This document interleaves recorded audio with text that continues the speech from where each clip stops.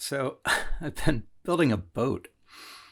It's a small boat, but the work is challenging, and it's been a healthy distraction during this long and uncertain winter.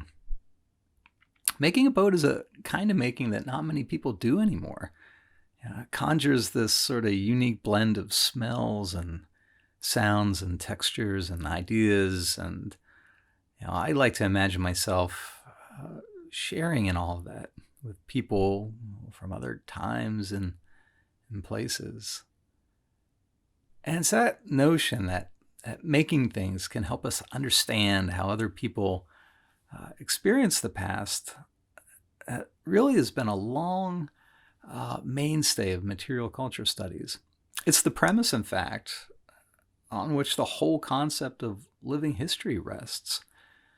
Think about places like living history museums such as Colonial Williamsburg or Greenfield Village or Plymouth Plantation. Places that for decades now have hired throngs of reenactors who specialize in historic trades to literally recreate the past for visitors. During the middle of the last century, anthropologists even had a name for this. They called this kind of work experimental archaeology, trying to understand the past by recreating it as closely as possible. It's an idea that persists today too, and you see it all over the place. You see it in TV shows, you see it in graduate programs in material culture, and you see it in the ubiquitous battle reenactments, beloved by our graying generation of Civil War reenactors. There's no question that making, in this sense, is a way of knowing. What is unclear, though, is whether it's a way of knowing that is useful for historians. So much of what happens in living history really pivots on the projection of ourselves backwards in time.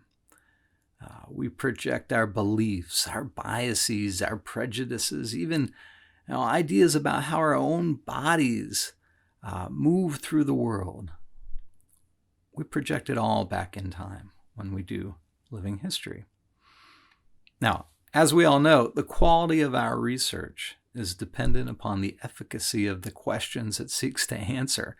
So it's reasonable to wonder what kinds of questions, if any, historians can responsibly ask that we couldn't otherwise answer except by making things. There are lots of them. There are a few that have occurred to me, especially while building my boat. First, making is an excellent way to consider what kinds of knowledges someone would have needed to do that kind of work in a certain place or time. For instance, it's only been by working on my boat that I've realized how much specific technical information I need concerning, for instance, the temperatures necessary for epoxy to cure. I can get some of that information online, but that's only because I'm adequately privileged to access the internet and to know how to use it. I could call manufacturers, but my ability to speak with them is so deeply shaped by our expectations of one another. Now, how would these challenges be the same or different across time? How would they be the same or different were my gender or race or sexuality perceived differently? And what if my livelihood relied on obtaining this information? How then would I be subject to networks of power and capital? So in this way, making makes us attentive to the enormous complexity of historical lives, especially among people who left no written records.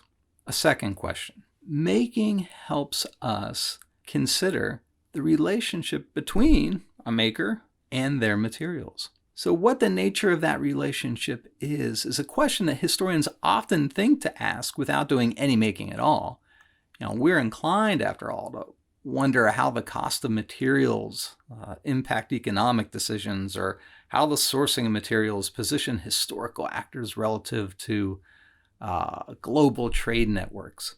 But make something, and you discover quickly that the relationship between the maker and their materials is much more complicated than these questions might suggest. I wonder often, for instance, about the ways in which my materials, which include wood and epoxy and paint and rope, I wonder about how they seep into my body, such as when I breathe in wood dust. And I wonder too about the ways in which my body seeps into them. The mingling of our molecules impacts us both in ways that wouldn't be immediately evident without making. These are questions about health, of course, and structural integrity, but they're also observations about how the maker knows themselves and their work. I know, for instance, that my plane is sharp by the way it sounds and the shape of the shavings it creates. This is an observation really bearing on the exercise of skill, but it's also an observation regarding manifestations of agency. And that leads us to a third historical question that making can help us answer. Wherein lies agency? So what has impressed me most about building this boat is how easily I can make mistakes or otherwise, deviate from the plan. I'm building it, in fact, from a very carefully drawn set of plans, and I even have instructions to help me along. In some ways, though I'm building this thing by hand, it is very much a mass-produced object. Its materials, its plans, and all the systems used to deliver and activate both of those are highly standardized, all toward the purpose of maximizing profit and ease of construction. And yet, my materials and I together conspire to mess things up pretty much every time I set to work on the thing. And this way, making shows me that the ways we typically conceive of production, on that spectrum ranging from industrial mass production to humble artisan craft, I don't think that's quite right. It reminds me of David Pye's notion that making might be better described in terms of certainty and risk. How certain we are that our making will succeed and how much risk we're willing to introduce into that process is an index of our ability to control materials that, in the case of my boat building project, often seem to have a life of their own. It is, in other words, an index of agency. And though making is a great way for historians to interrogate production, it's also a great way for us to consider the ways in which agency is not always entirely human.